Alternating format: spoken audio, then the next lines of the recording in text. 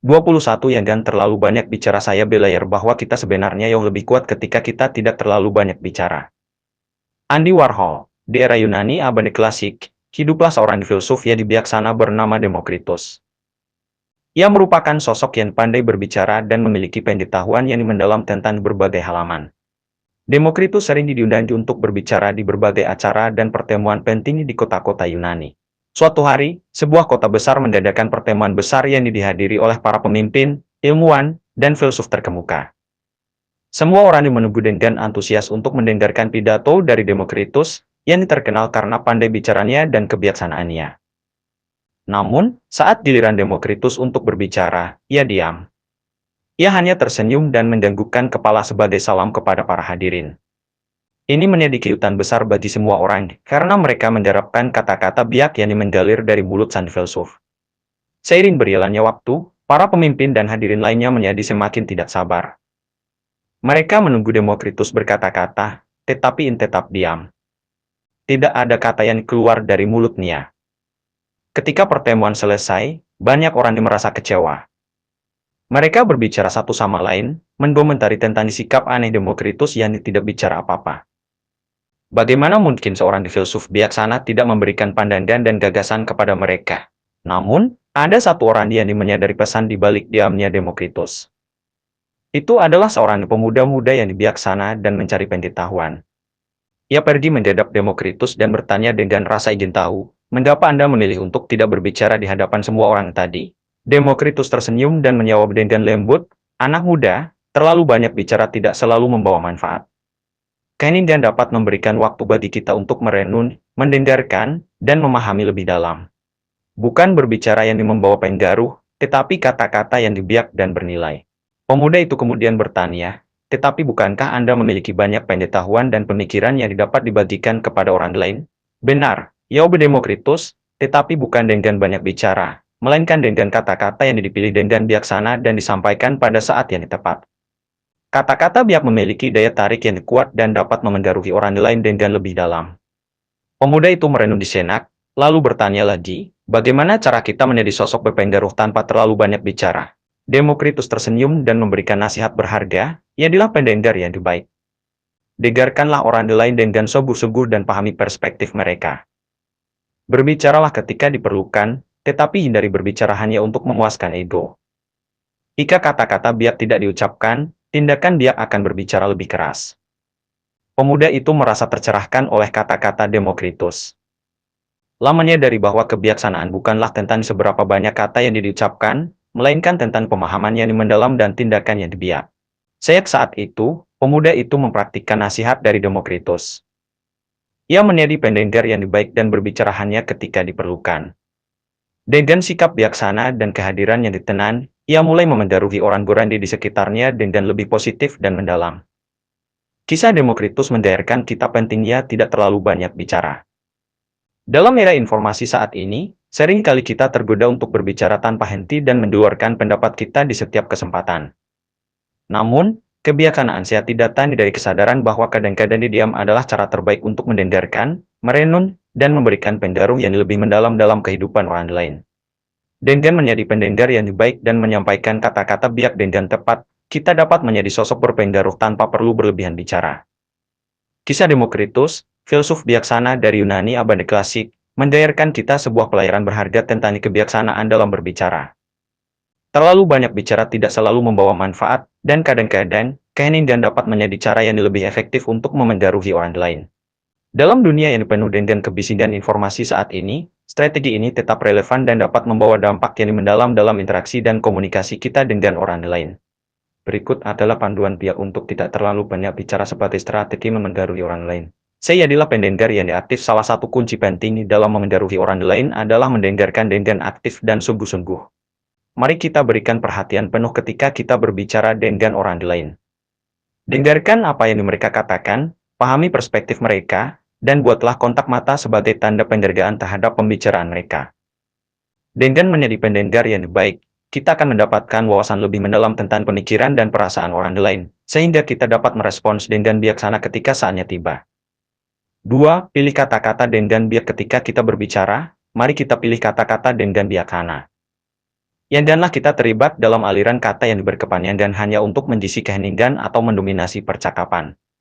Sebaliknya, gunakanlah kata-kata yang tepat dan relevan untuk menyampaikan pesan kita secara singkat dan jelas. Kata-kata biak memiliki daya tarik yang kuat dan dapat membuat dampak yang lebih mendalam daripada kata-kata yang terlalu banyak dan tanpa substansi. 3. Fokus pada kualitas, bukan kuantitas. Ingatlah bahwa dalam memengaruhi orang lain, kualitas komunikasi lebih penting daripada kuantitasnya.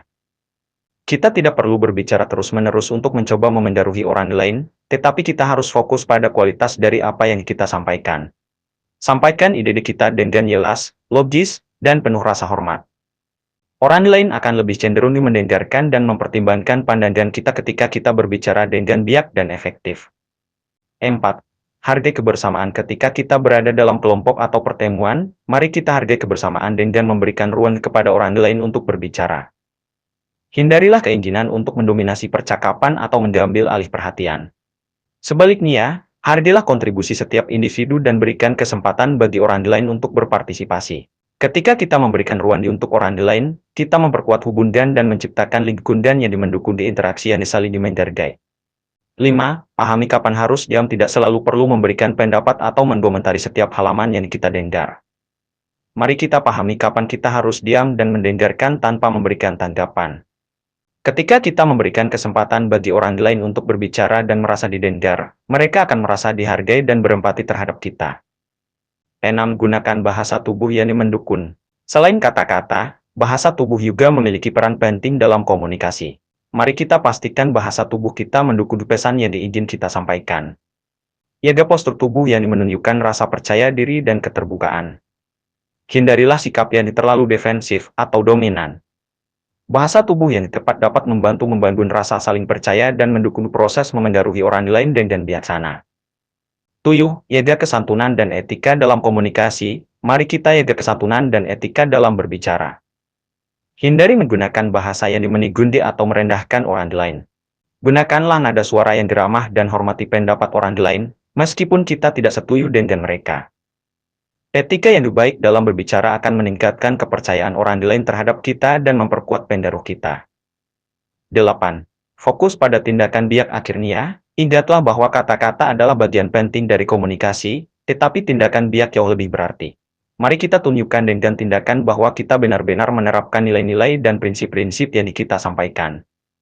Tindakan berbicara lebih keras daripada kata-kata, dan mereka akan memengaruhi orang lain dengan lebih kuat dan tulus.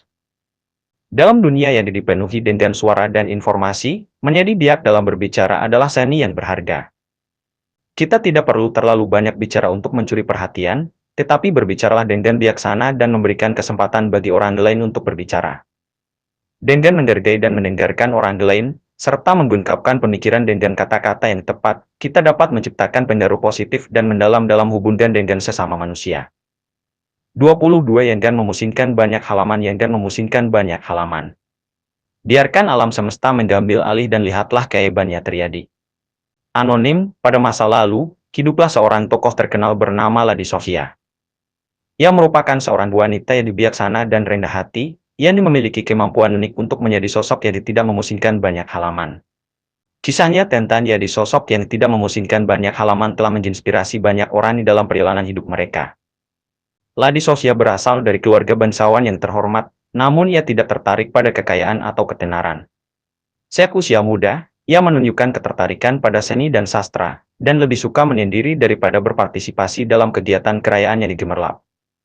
Meskipun hidup dalam lingkungan yang penuh intrik politik dan drama kerajaan, Lady Sophia tetap menjaga kestabilan emosi dan pikiran. Ia tidak mudah terpengaruh oleh peristiwa-peristiwa yang tidak relevan dengan kebahagiaan dan tujuan hidup dia, telah memiliki kemampuan unik untuk fokus pada halaman-halaman yang penting dan tidak membiarkan dirinya terperangkap dalam drama-drama sepele. Ketika para bangsawan dan keluarga kerajaan terlibat dalam perselisihan dan konflik, Lady Sophia tidak ikut campur dalam urusan mereka. Ia lebih memilih untuk memberikan dukungan moral dan nasihat bijaksana daripada terlibat dalam intrik politik yang rumit. Ketegasan dan ketenangannya dalam menghadapi berbagai situasi telah membuatnya menjadi panutan bagi banyak orang.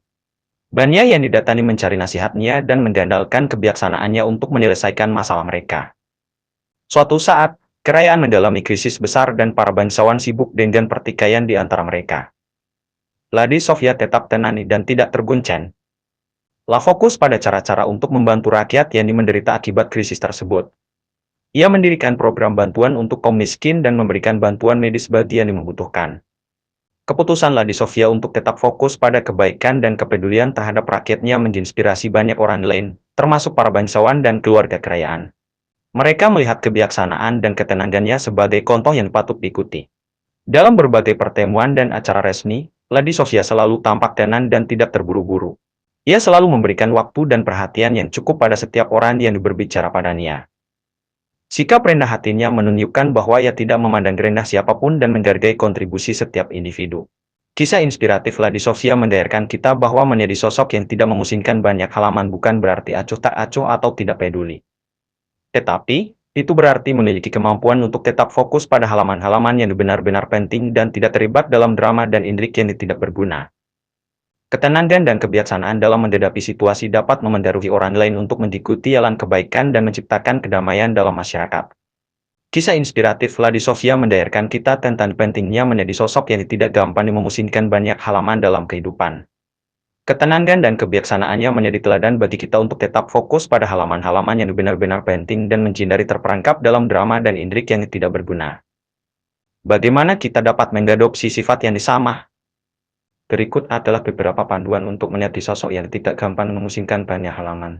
Cek ketahui prioritas hidup kita untuk menjadi sosok yang tidak gampang memusingkan banyak halaman, tentukan prioritas hidup kita dengan jelas.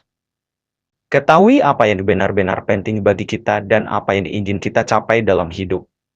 Dengan memiliki tujuan yang jelas, kita dapat memfokuskan energi dan waktu kita pada halaman-halaman yang benar-benar berarti. 2. Tetap tenang di dalam menghadapi tantangan. Lady Sophia tetap tenang dalam menghadapi berbagai tantangan dan krisis, tidak membiarkan dirinya terbawa emosi atau kepanikan. Demikian pula, kita perlu menyembangkan kemampuan untuk tetap tenang di dalam menghadapi tantangan hidup. Mari kita berlatih teknik relaksasi dan meditasi untuk membantu kita mengendalikan emosi dan tetap tenang di dalam situasi sulit. 3. Jaga fokus dan hindari drama yang tidak perlu. Lady Sophia tidak terlibat dalam drama dan intrik di lingkungan kerajaan. Ia memilih untuk menjaga fokus pada tujuan dan nilai-nilai yang diyakininya. Kita juga perlu menghindari drama yang tidak perlu dalam kehidupan sehari-hari. Ia dan terlibat dalam gosip atau masalah orang lain yang tidak relevan dengan hidup kita. 4. Jadi pemimpin dalam memberikan dukungan dan kebaikan. Seperti Lady Sophia yang membantu rakyatnya yang menderita akibat krisis, ia adalah pemimpin dalam memberikan dukungan dan kebaikan kepada orang lain. Ketika kita fokus pada membantu dan peduli terhadap orang lain, kita akan lebih sedikit memikirkan diri sendiri dan masalah kecil yang kadang-kadang dapat membuat kita terlalu memusingkan banyak halaman. 5. Jangan terlalu tergantung kepada opini orang lain. Seringkali, kita menjadi gampang memusingkan banyak halaman karena terlalu memerhatikan opini dan pandangan orang lain tentang diri kita. Belajarlah untuk tetap percaya pada diri sendiri dan menjalani hidup sesuai dengan nilai-nilai yang kita yakini. Jika kita tahu bahwa diri kita melakukan yang terbaik dan mengikuti hati nurani, maka kita tidak perlu terlalu memusingkan pendapat orang lain. 6. Selalu berusaha belajar dan berkembang. Lady Sophia memiliki ketenangan dan kebijaksanaan karena ia selalu berusaha belajar dan berkembang. Teruslah membuka wawasan, membaca, dan belajar dari pengalaman hidup. Semakin kita berkembang sebagai individu, semakin mudah bagi kita untuk tidak gampang memusingkan banyak halaman dan tetap fokus pada halaman-halaman yang benar-benar penting. 7. Jaga keseimbangan dalam hidup. Terakhir, jaga keseimbangan dalam hidup kita. Jangan terlalu berfokus pada satu aspek kehidupan hingga mengabaikan halaman-halaman lainnya. Jaga keseimbangan antara pekerjaan, keluarga, kesehatan, dan waktu pribadi kita. Dengan keseimbangan ini, kita akan merasa lebih tenang dan mampu mengatasi tantangan hidup dengan bijaksana. Menjadi sosok yang tidak gampang memusingkan banyak halaman bukanlah halaman yang mudah, tetapi adalah kualitas yang dapat dikembangkan dengan kesabaran dan latihan. Dengan mempraktikkan ketenangan, kebijaksanaan, dan fokus pada halaman-halaman yang penting, kita dapat mengikuti Lady Sophia dalam menciptakan kedamaian dalam hidup kita dan memengaruhi orang lain untuk mengadopsi sikap yang sama. 23. Manfaatkan orang lain. Dalam berdagang dan industri, setiap orang pasti mencuri sesuatu. Aku sendiri juga banyak melakukannya.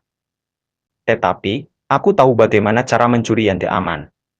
Thomas Edison. Thomas Alva Edison, seorang tokoh sejarah yang menginspirasi, memahami betul ungkapan. Jika orang lain bisa, mengapa harus saya? Ia adalah seorang penemu brilian yang menciptakan lampu piar dan ratusan temuan lainnya yang berhasil dipatenkan atas namanya. Edison mencapai kekayaan yang melimpah sepanjang hidupnya karena ia mempraktikkan prinsip memanfaatkan orang lain dengan bijaksana.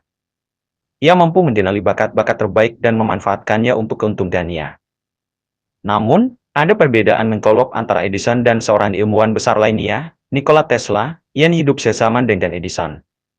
Meskipun Tesla juga merupakan seorang penemu, fisikawan, dan ahli teknik listrik yang berbakat, ia menghabiskan masa tuanya dalam kemelaratan. Tesla adalah seorang ilmuwan idealis yang percaya bahwa ilmu pengetahuan seharusnya terpisah dari campur tangan wanita dan politik. Sayangnya, pandangan ini tidak sesuai dengan dunia kapitalis, di mana prestasi ilmiah yang berdampak besar pada kemanusiaan bisa menjadi sumber pendapatan dan pengaruh. Perbedaan mereka terletak pada pendekatan mereka terhadap bekerja sama dengan orang lain. Edison dengan bijaksana memanfaatkan keahlian orang lain dan menyewa bakat-bakat terbaik untuk mengembangkan temuannya. Sebaliknya, Tesla bersikukuh untuk mengerjakan semuanya sendiri. Meskipun banyak temuannya yang digunakan oleh ilmuwan lain, ia seringkali tidak mendapatkan penghargaan yang setimpal atas kontribusinya. Edison hidup berkecukupan dan dikenal sebagai ilmuwan terkenal. Ia memiliki ratusan paten atas namanya dan mendapatkan pendapatan finansial serta ketenaran atas temuan-temuannya. Edison memahami pentingnya melindungi temuannya dan memanfaatkan bakat-bakat terbaik yang ia pekerjakan untuk menyempurnakan penemuan atas namanya. Ia berhasil mengaplikasikan prinsip menggunakan orang lain untuk keuntungan dirinya. Mengapa kita harus memanfaatkan keahlian, pengetahuan, dan keterampilan orang lain? Sebab, waktu, tenaga, dan sumber daya kita terbatas. Hidup ini singkat dan akan terasa sia-sia jika kita mencoba melakukan semuanya sendirian. Memaksakan diri untuk melakukannya akan menyebabkan kelelahan, penyakit, kehabisan energi, dan akhirnya tubuh dan pikiran kita akan tumbang. Lebih baik bijaksana dan efisien dengan menyerahkan tugas-tugas yang tidak kita sanggup atau tidak sempat lakukan kepada orang lain yang memiliki keahlian di bidang tersebut. Dengan demikian, kita bisa menghemat waktu, energi, dan pikiran yang bisa kita fokuskan pada halaman-halaman yang lebih mendesak dan penting. Memanfaatkan orang lain bukan berarti kita berbuat curang, tetapi menjaga keahlian mereka dan mengakui bahwa kita tidak bisa menjadi ahli dalam segala halaman. Dengan bekerja cerdas dan bijaksana, kita dapat memanfaatkan bakat-bakat terbaik orang lain untuk mencapai tujuan kita. Ingatlah, jika orang lain bisa melakukannya, mengapa harus kita memaksakan diri? Dengan memanfaatkan kelebihan orang lain, kita akan menjadi lebih efisien, tangkas, dan akhirnya mencapai kesuksesan serta pengaruh yang lebih besar dalam kehidupan kita. Kisah Thomas Alva Edison telah menginspirasi banyak orang untuk memahami pentingnya memanfaatkan orang lain sebagai strategi untuk mencapai tujuan dan memengaruhi mereka dengan bijaksana. Memanfaatkan keahlian, pengetahuan, dan keterampilan orang lain bukanlah tindakan yang egois atau manipulatif, melainkan merupakan cara cerdas untuk mencapai kesuksesan dan pengaruh dalam kehidupan. Berikut adalah panduan untuk kita yang ingin memanfaatkan orang lain dengan bijaksana. Kenali bakat-bakat terbaik. Identifikasi bakat-bakat terbaik yang relevan dengan tujuan kita. Kenali orang berani di sekitar kita yang memiliki keahlian dan pengetahuan yang kita butuhkan untuk mencapai tujuan kita. 2. Kembangkan hubungan. Bangun hubungan yang baik dengan orang berani yang kita ingin manfaatkan. Yalinlah komunikasi yang terbuka, saling menghargai, dan beri apresiasi atas kontribusi mereka.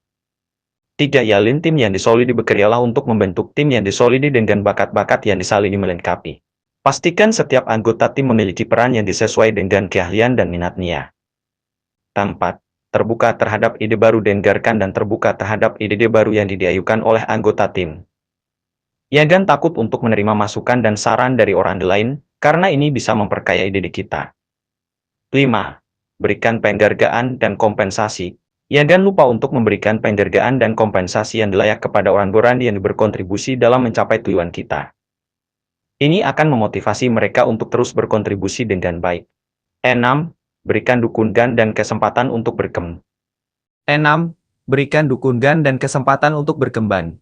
Selain memberikan penghargaan, berikan dukungan dan kesempatan bagi orang berani untuk berkembang dan meningkatkan keahlian mereka. Halaman ini akan menciptakan ikatan yang kuat dan membangun kepercayaan di antara anggota tim.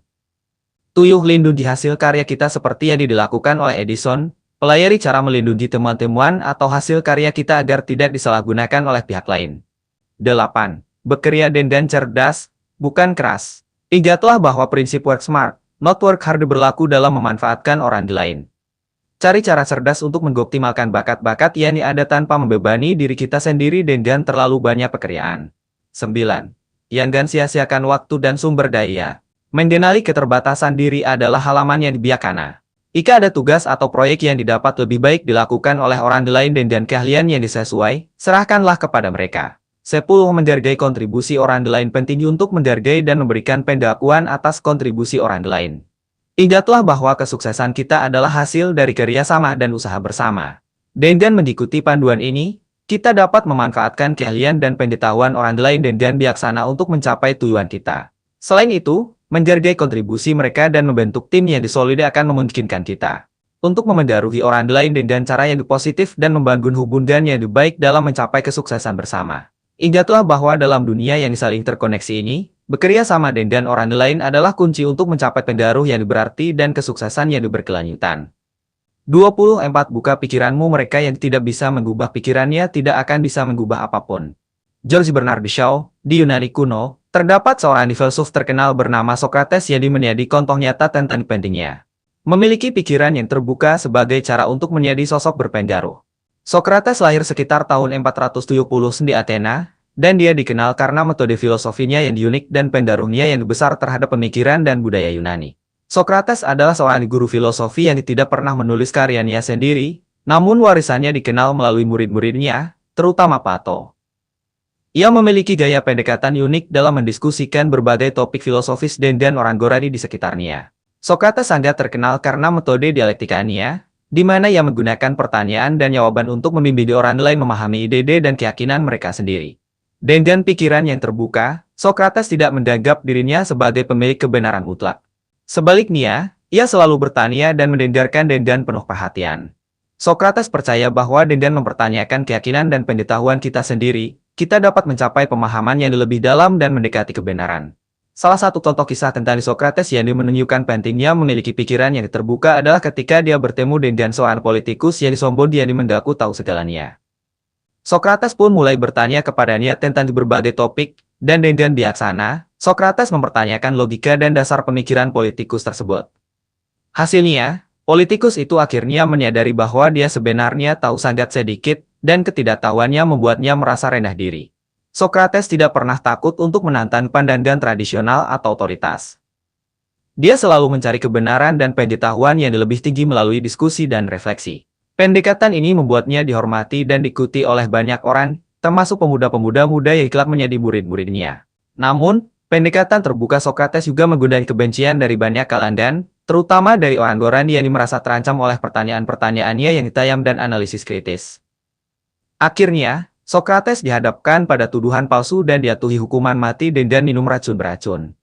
Meskipun Socrates meninggal pada akhirnya, warisannya tentang pentingnya memiliki pikiran yang terbuka dan terus mencari kebenaran menjadi inspirasi bagi banyak filsuf dan pemikir selanjutnya. Ia telah mengajarkan kepada kita bahwa untuk menjadi sosok berpengaruh, kita harus memiliki pikiran yang terbuka, siap mendengarkan pandangan orang lain, dan selalu bertanya untuk mencari pemahamannya lebih dalam. Dengan cara ini, kita dapat tumbuh secara intelektual, menginspirasi orang lain, dan memberikan dampak positif dalam masyarakat dan dunia di sekitar kita. Kisah tentang Socrates, seorang tokoh filosofi Yunani kuno, menunjukkan betapa pentingnya memiliki pikiran yang terbuka sebagai strategi untuk menjadi pribadi yang berpengaruh. Pikiran yang terbuka memungkinkan kita untuk memahami dan menerima berbagai sudut pandang, mencari kebenaran, serta tumbuh secara intelektual dan emosional. Berikut adalah panduan untuk kita agar memiliki pikiran yang terbuka dan berpengaruh. Saya selalu bertanya dan mendengarkan dengan penuh perhatian. Seperti Socrates, mulailah dengan selalu bertanya tentang berbagai topik dan dengarkan jawaban orang lain dengan penuh perhatian. Berikan kesempatan bagi orang lain untuk berbicara dan ungkapkan pandangan mereka tanpa interupsi. Pikirkan pertanyaan-pertanyaan yang digali lebih dalam, sehingga kita dapat memahami lebih baik sudut pandang dan keyakinan orang lain. 2. Jangan takut untuk menantang keyakinan dan pandangan tradisional. Pikiran yang terbuka memerlukan keberanian untuk menantang keyakinan dan pandangan tradisional. Jangan takut untuk berpikir di luar kotak dan mencari alternatif yang mungkin lebih masuk akal atau relevan. Jika kita menemui argumen yang kuat, jangan ragu untuk mengakui kesalahan atau kesalahan dalam pandangan kita sendiri. 3. Buka diri untuk belajar dari pengalaman. Pikiran yang terbuka memungkinkan kita untuk belajar dari pengalaman kita sendiri dan pengalaman orang lain. Berani menghadapi tantangan, kesalahan, atau kegagalan sebagai peluang untuk tumbuh dan memperbaiki diri. Jadikan setiap pendalaman sebagai pelajaran berharga dalam perjalanan menuju pemahaman dan kedewasaan. Hindari prasangka dan stereotip. Hindari membuat kesimpulan berdasarkan prasangka atau stereotip terhadap suatu kelompok atau individu. Kenali bahwa setiap orang unik dan memiliki latar belakang, kepercayaan, dan pendalaman yang berbeda. Cobalah untuk menggali lebih dalam dan memahami apa yang sebenarnya ada di balik prasangka atau stereotip tersebut. 5. Lupakan ego dan kegengsian. Pikiran yang terbuka memerlukan rendah hati. Lupakan ego dan kegengsian diri. Mendakui bahwa kita tidak tahu segalanya adalah langkah pertama untuk mencapai pemahaman yang lebih dalam dan terus tumbuh sebagai individu yang berpengaruh. 6. Tetaplah lapar akan pengetahuan. Pikiran yang terbuka menjendaki kehausan akan pengetahuan. Tetaplah lapar akan pembelajaran dan jangan pernah berhenti untuk memperluas wawasan kita. Baca buku, dengarkan ceramah, dan terlibat dalam diskusi dengan orang-orang berpengetahuan untuk terus meningkatkan pemahaman kita. 7. Jaga keseimbangan emosi ketika mendengarkan pendapat atau kritik orang lain. Jaga keseimbangan emosi. Jangan membiarkan diri terbawa emosi negatif seperti kemarahan atau pertahanan diri. Belajarlah untuk mengendalikan emosi kita dan tetap fokus pada argumen dan bukti yang ada. 8. Sambut perbedaan dan keberagaman. Terima dan sambut perbedaan dan keberagaman sebagai halaman yang dialami dan berharga. Menghargai perbedaan memperkaya perspektif kita dan memungkinkan kita untuk memiliki pandangan yang lebih komprehensif. Dengan mengikuti panduan ini, kita dapat menciptakan pikiran yang terbuka, mendalam, dan fleksibel. Pikiran yang terbuka akan memberi kita kemampuan untuk memengaruhi orang lain dengan cara positif dan membangun hubungan yang lebih baik. Sebagai individu yang berpengaruh, kita dapat menjadi contoh bagi orang lain dalam menumbuhkan pemikiran kritis, memahami kompleksitas dunia, dan mencari solusi yang bijaksana. Dengan memiliki pikiran yang terbuka, kita dapat membentuk masa depan yang lebih baik dan memberikan dampak positif dalam kehidupan orang lain serta masyarakat secara keseluruhan. 25. Pancarkan daya tarikmu yang gan menjadi tiruan, jadilah orisinal. Suzy Kasem Malala lahir pada tahun 1997 di Mindora, sebuah kota kecil di lembah Swat, Pakistan. Sejak kecil, Malala sudah menunjukkan ketertarikan pada pendidikan dan keinginan untuk membantu orang lain. Ia dibesarkan oleh keluarga yang disandat mendukung hak perempuan dan pendidikan. Namun, pada tahun 2007, situasi politik di Pakistan berubah drastis ketika kelompok militan Taliban menduduki kota Swat dan menggantikan semua kegiatan pendidikan bagi perempuan. Sekolah-sekolah perempuan ditutup, dan anak perempuan dilarang belajar. Melawan ancaman dan ketakutan, Malala bersikeras untuk tetap belajar dan beriwan demi hak pendidikan perempuan. Pada usia yang masih sangat muda, Malala mulai menulis blog anonim untuk bercurdu, berbagi pengalaman hidupnya di bawah kekuasaan Taliban dan menyuarakan pentingnya pendidikan bagi perempuan. Tulisan-tulisan Malala segera mendapatkan perhatian publik, dan identitasnya sebagai penulis blog terungkap. Meskipun dihadapkan pada ancaman nyata dari Taliban, Malala tetap gigih dalam tujuannya untuk memberiwankan hak perempuan dan pendidikan. Pada tanggal 9 Oktober 2012, saat berusia 15 tahun, Malala menjadi korban penembakan brutal oleh kelompok Taliban. Dia ditembak di kepala dan leher saat dalam perjalanan pulang dari sekolah. Serangan itu mengakibatkan cedera serius, dan Malala beriwan untuk bertahan hidup. Kejadian tragis itu membuat Malala menjadi sorotan dunia. Reaksi dari masyarakat internasional sangat mendukung dan mengecam tindakan ke Taliban. Para pemimpin dunia menyatakan dukungan mereka untuk Malala dan pentingnya pendidikan bagi perempuan.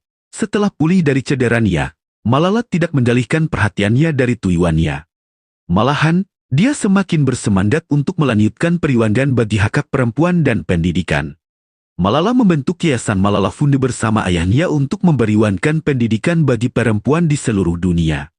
Malala mulai berbicara di forum-forum internasional, termasuk dan menjadi duta perjuangan pendidikan di seluruh dunia.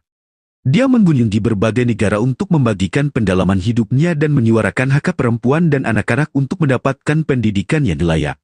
Prestasi dan semangat Malala menginspirasi jutaan orang di seluruh dunia.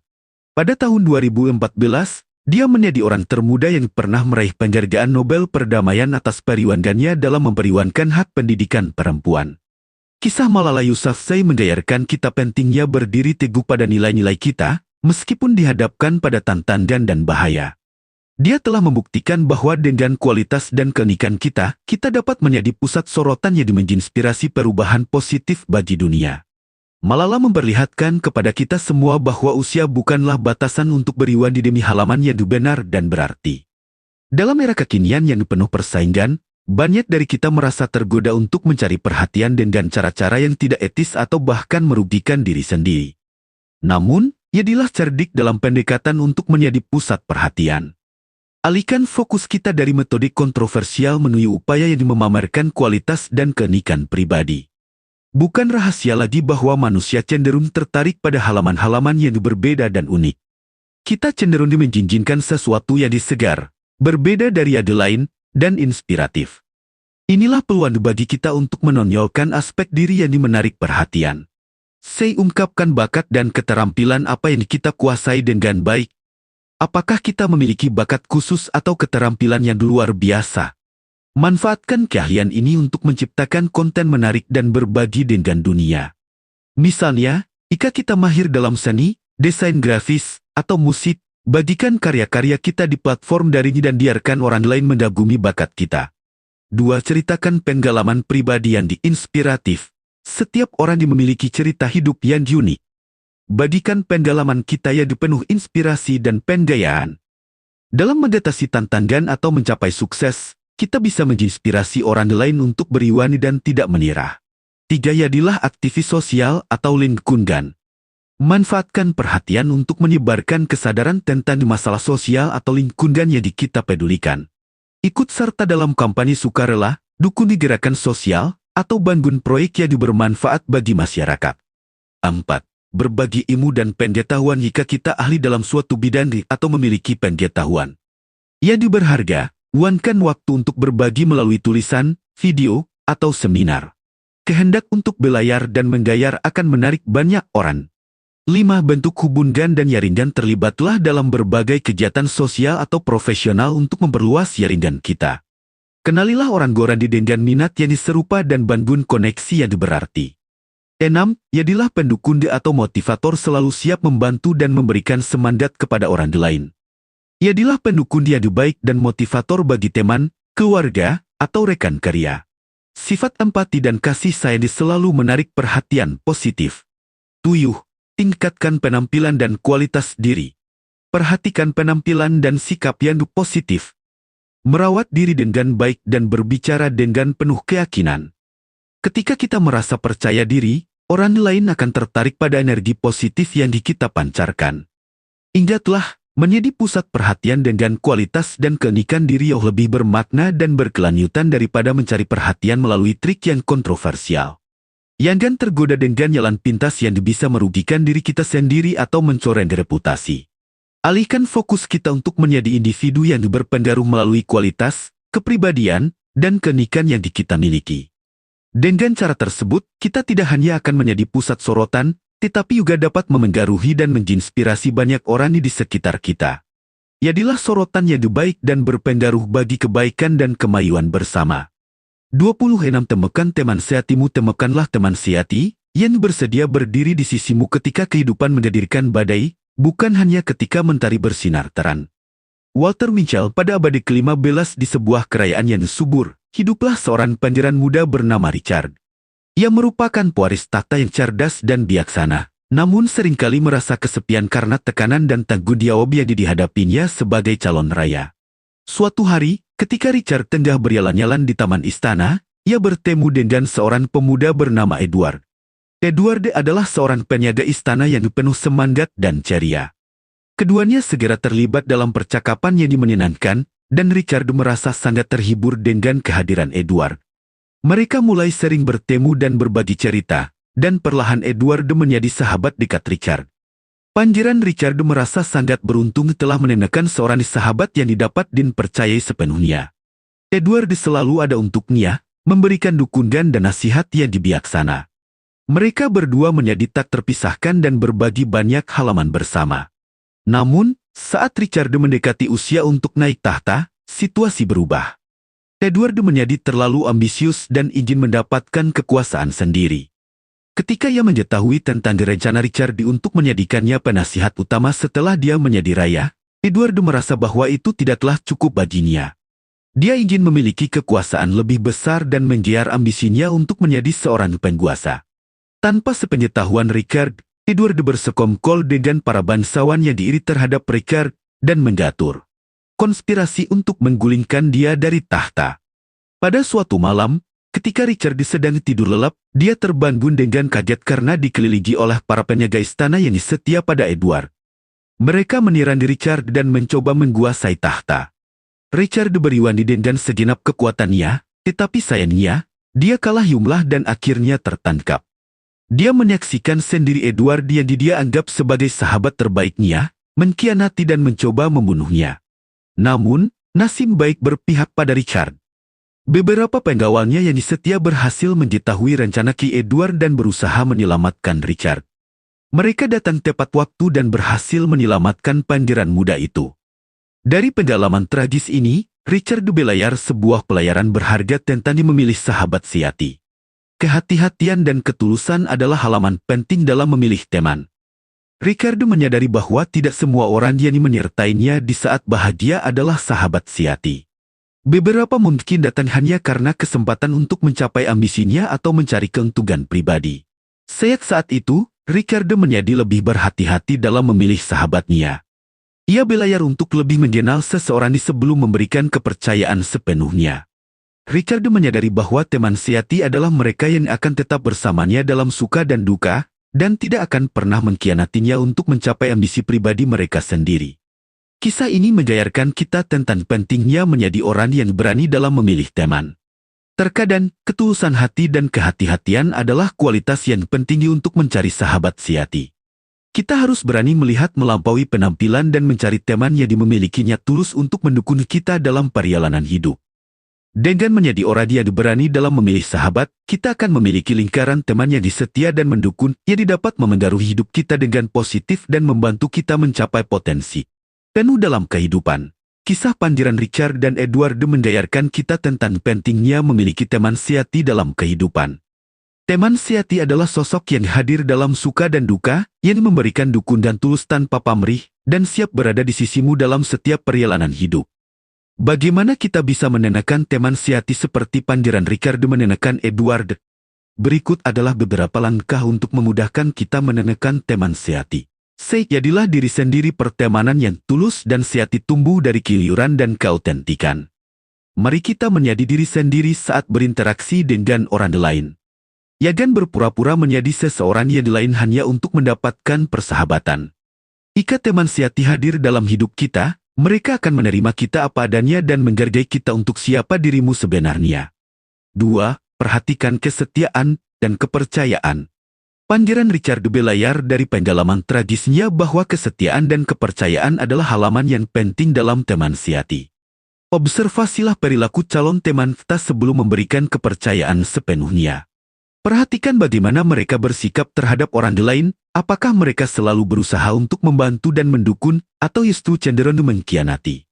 3. Temukan kesamaan minat dan nilai. Membangun ikatan dengan teman sejati akan lebih mudah ketika kita memiliki kesamaan minat dan nilai. Cari orang-orang yang memiliki hobi atau aktivitas yang mirip dengan kita. Pilih teman yang memiliki nilai-nilai positif dan sejalan dengan apa yang kita yakini. Ini akan membantu memperkuat ikatan dan membangun hubungan yang lebih dalam. 4. Berteman dengan orang yang positif dan mendorong. Cari teman yang memiliki sikap positif dan mendorong kita untuk menjadi lebih baik. Teman sejati akan selalu menyemangati dan mendukung kesuksesan kita. Hindari teman-teman yang cenderung merendahkan dan selalu memandang segala sesuatu dengan negatif. 5. Bersedia mendengar dan berempati. Teman sejati adalah mereka yang siap mendengar dan berempati terhadap perasaan dan masalah kita. Mereka tidak hanya ingin mendengarkan cerita kita, tetapi juga berusaha memahami apa yang kita rasakan dan memberikan dukungan yang tepat. Sebaliknya, kita juga harus siap menjadi pendengar yang baik bagi mereka. 6. Kelola konflik dengan bijaksana. Dalam hubungan pertemanan, konflik tidak dapat dihindari. Bagaimanapun, jika konflik terjadi, kelola dengan bijaksana dan dewasa. Jangan biarkan perbedaan pendapat menghancurkan persahabatan kita. Bicarakan masalahnya dengan terbuka, dan usahakan mencari solusi bersama. 7. Berikan dukungan tanpa pamrih sejati. Teman tidak pernah menjitun-jitun pemberian dan dukundannya. Ketika ada kesempatan untuk membantu, lakukanlah tanpa pamrih. Jika kita bersedia memberikan dukungan dan cinta tanpa mengharapkan imbalan, kita akan menemukan teman sejati yang juga memiliki hati yang sama. Kisah Pangeran Richard dan Eduardo menggairahkan kita tentang arti sebenarnya dari persahabatan yang tulus dan sejati. Teman sejati adalah mereka yang bersedia berada di sisi kita dalam suka dan duka, siap membantu dan mendukung tanpa pamrih, dan mampu memberikan kebahagiaan dalam hidup kita. Dengan menjadi diri sendiri, memerhatikan kesetiaan dan kepercayaan, mencari kesamaan minat dan nilai, serta mengelola konflik dengan bijaksana, kita dapat dengan mudah menemukan teman sejati yang akan mendampingi kita dalam perjalanan hidup ini. Ingatlah, persahabatan yang tulus adalah salah satu harta paling berharga dalam hidup, dan ia dapat memberikan inspirasi, dukungan, dan kebahagiaan yang tak ternilai bagi kita. 27 Pandai menempatkan diri sebagai manusia, kita harus pandai menempatkan diri dalam posisi orang lain. Itu adalah keterampilan dasar dalam hidup. Oprah Winfrey, Alkisah, di dataran Tiongkok, hiduplah seorang tokoh terkenal bernama Lao Tzu. Ia adalah seorang bijak dan pandai menempatkan diri dalam berbagai situasi. Kisahnya tentang pandai menempatkan diri telah menginspirasi banyak orang dalam perjalanan hidup mereka. Lao Tzu hidup sebagai seorang guru dan filsuf. Ia dikenal karena kearifannya dan pengetahuannya yang mendalam tentang Tao, filosofi Tiongkok yang menggairahkan tentang keselarasan dengan alam semesta dan prinsip-prinsip kehidupan yang benar. Namun, yang membuat Lao Tzu benar-benar luar biasa adalah kemampuannya dalam berkomunikasi dengan berbagai lapisan masyarakat. Suatu hari, seorang penguasa muda yang ambisius mendengar tentang kebijaksanaan Lao Tzu dan mengundangnya ke istananya untuk memberikan nasihat. Lao Tzu datang dengan rendah hati dan berbicara dengan lembut kepada sang penguasa. Ia menggunakan kata-kata sederhana yang mudah dimengerti, sehingga sang penguasa merasa dihargai dan terkesan oleh kesederhanaan Lao Tzu. Ketika petani miskin meminta bantuan dari Lao Tzu untuk mengatasi masalah pertanian mereka, Lao Tzu tidak menunjukkan ketidaksabaran atau merasa lebih tinggi daripada mereka. Sebaliknya, ia mendengarkan dengan penuh perhatian dan memberikan nasihat yang bermanfaat, sesuai dengan kebutuhan dan situasi para petani. Lao Tzu juga memiliki kemampuan untuk berbicara dengan orang-orang terpelayar dan sarjana. Ketika berdiskusi dengan mereka tentang filosofi Tao, ia menggunakan bahasa yang dalam dan mendalam, sehingga para sarjana terkesan dengan kedalaman pemahaman Lao Tzu tentang Tao. Tidak hanya itu, ketika ia berbicara dengan pedagang dan pedagang, Lao Tzu menggunakan bahasa bisnis yang cerdas dan tajam. Ia memberikan nasihat tentang bagaimana berdagang dengan bijaksana dan mendapatkan keuntungan yang adil. Kemampuan Lao Tzu dalam menempatkan diri di berbagai situasi dan berkomunikasi dengan berbagai lapisan masyarakat membuatnya dihormati dan dihargai oleh banyak orang. Lao tidak pernah mencoba menonjolkan diri atau menunjukkan superioritas. Sebaliknya, ia selalu berbicara dengan bijaksana, rendah hati, dan penuh pengertian terhadap orang lain. Kisah inspiratif Lao Tzu menggairahkan kita pentingnya pandai menempatkan diri dalam berbagai situasi. Untuk memengaruhi orang lain, kita harus dapat berbicara dan berinteraksi dengan mereka dengan cara yang sesuai dan menghargai kebutuhan dan perspektif mereka. Kekuatan sejati dalam memengaruhi orang lain bukanlah tentang memiliki pengetahuan yang besar atau kekuasaan, tetapi tentang kebijaksanaan dalam berbicara dan berperilaku. Dengan pandai menempatkan diri, kita dapat memberikan pengaruh positif dan membawa harmoni serta kebijaksanaan dalam kehidupan orang banyak. Kisah inspiratif Lao Tzu, seorang tokoh terkenal dari zaman Tiongkok kuno, mengajarkan kita tentang pentingnya pandai menempatkan diri dalam berbagai situasi. Kemampuannya untuk berkomunikasi dengan berbagai lapisan masyarakat dengan bijaksana dan rendah hati telah mengilhami banyak orang. Bagaimana kita juga bisa belajar untuk mudah menempatkan diri dan memperluas pengaruh positif kita? Berikut adalah beberapa langkah yang dapat membantu kita dalam proses ini. Saya dengarkan dengan penuh perhatian salah satu kualitas utama dari Lao Tzu yang membuatnya begitu disegani adalah kemampuannya untuk mendengarkan dengan penuh perhatian. Saat berinteraksi dengan orang lain, luangkan waktu untuk benar-benar mendengarkan apa yang mereka katakan. Jangan tergesa-gesa mencari kesempatan untuk bicara, melainkan fokus pada apa yang disampaikan orang lain. Dengan mendengarkan dengan saksama, kita bisa lebih memahami perspektif dan kebutuhan mereka. 2. Tinjau situasi dengan bijaksana. Penting untuk menyadari bahwa setiap situasi dan orang memiliki konteks dan latar belakang yang berbeda. Ketika berhadapan dengan berbagai situasi, cobalah untuk melihatnya dengan bijaksana. Pertimbangkan sudut pandang orang lain dan coba pahami alasan di balik tindakan mereka. Dengan cara ini, kita bisa menghindari penilaian yang cepat dan berusaha memahami lebih dalam. 3. Gunakan bahasa dan sikap yang disesuai. Salah satu halaman yang dimengesankan dari Lao Tzu adalah kemampuannya dalam menggunakan bahasa yang disesuai dengan audiensnya.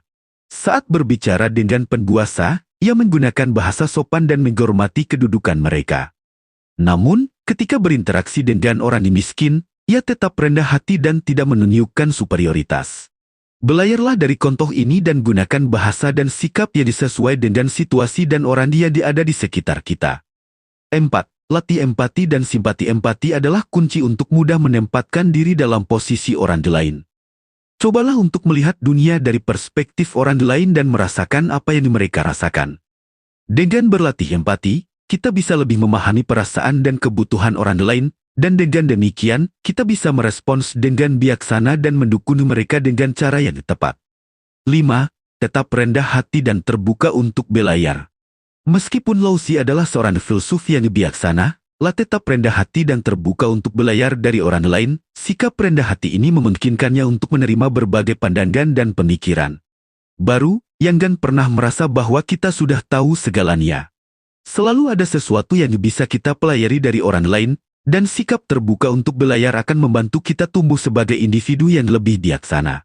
6. Jangan memaksakan pendapat terakhir. Jangan pernah memaksakan pendapat atau kehendak kita kepada orang lain. Pendekatan yang lebih baik adalah mencoba memengaruhi dengan lembut melalui kebijaksanaan dan pemahaman.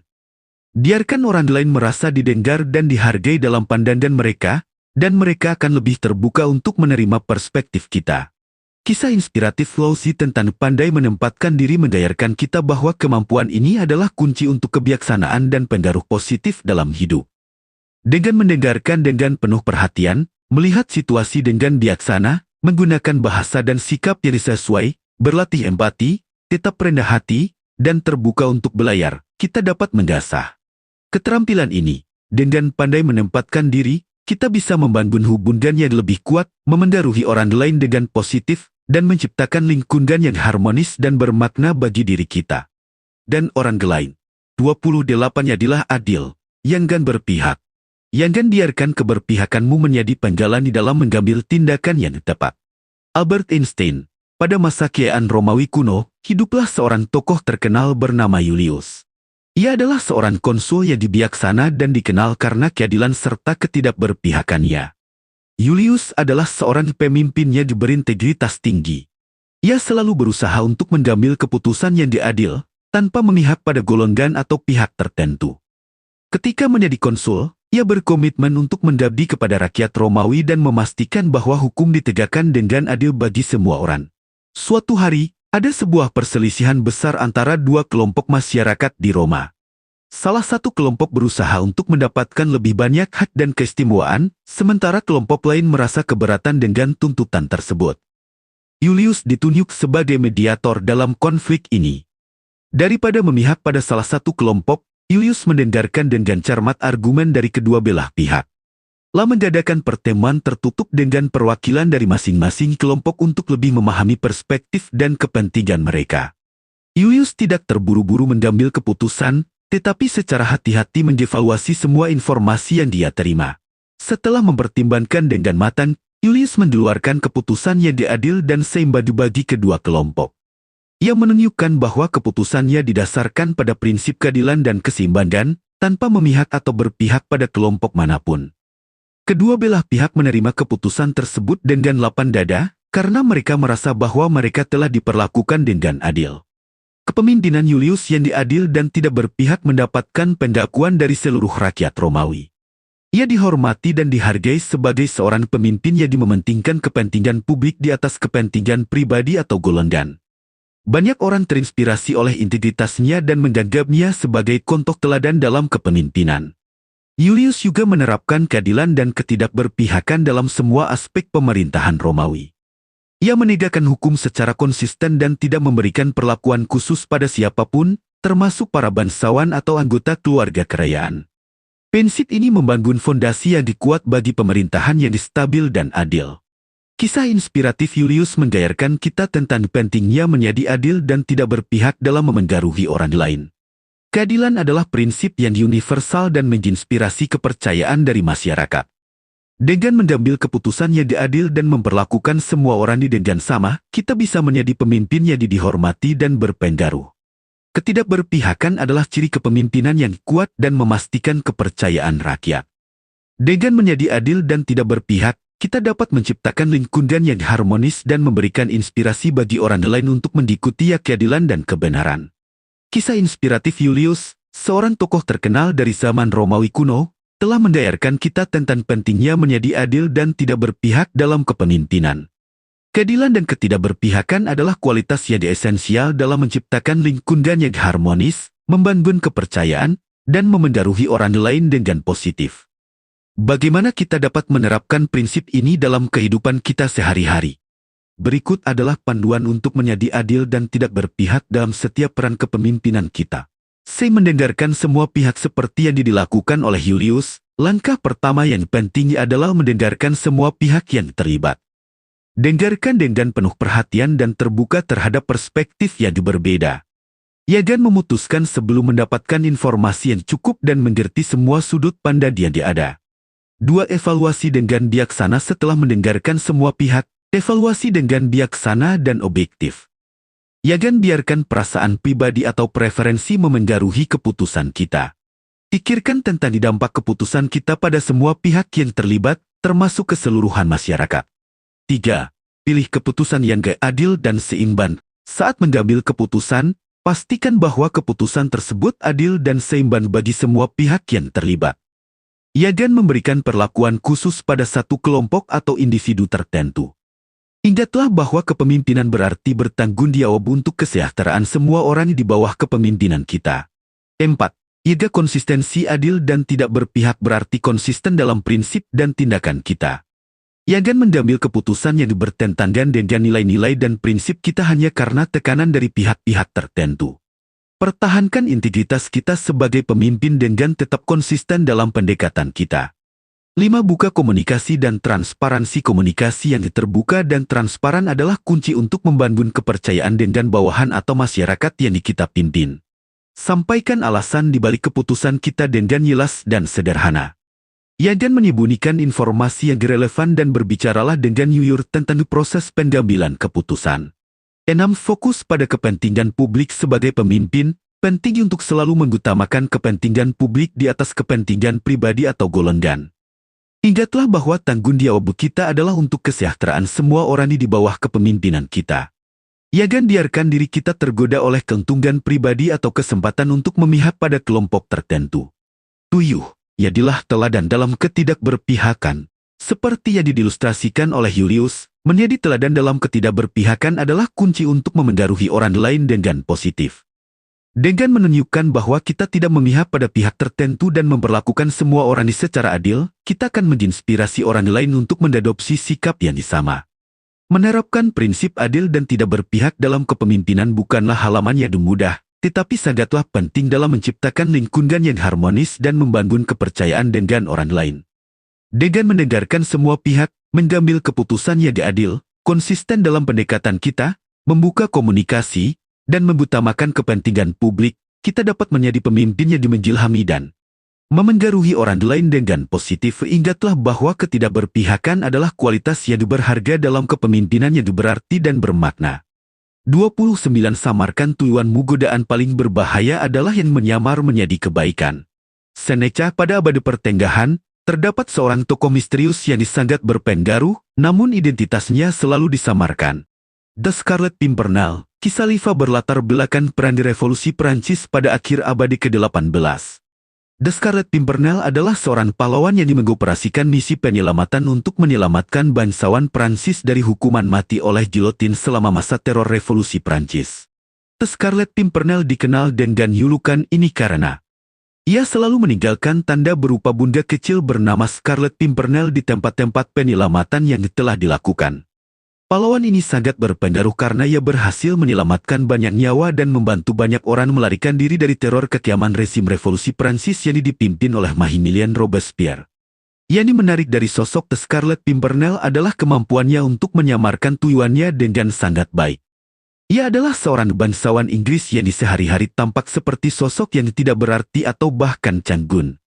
Namun, di balik itu, ia adalah otak di balik operasi penyelamatan yang kompleks dan berhasil menyelamatkan banyak nyawa. Dalam menjalankan misinya, The Scarlet Pimpernel tidak hanya menyamarkan penampilannya, tetapi juga kegiatan dan rencananya. Ia menggunakan berbagai penyamaran dan jaringan rahasia untuk mencapai tujuannya tanpa terdeteksi oleh musuh. Ia juga sangat berhati-hati dalam memilih anggota timnya, hanya mengandalkan orang yang dapat dipercaya sepenuhnya dan berdedikasi tinggi untuk menyelamatkan orang lain.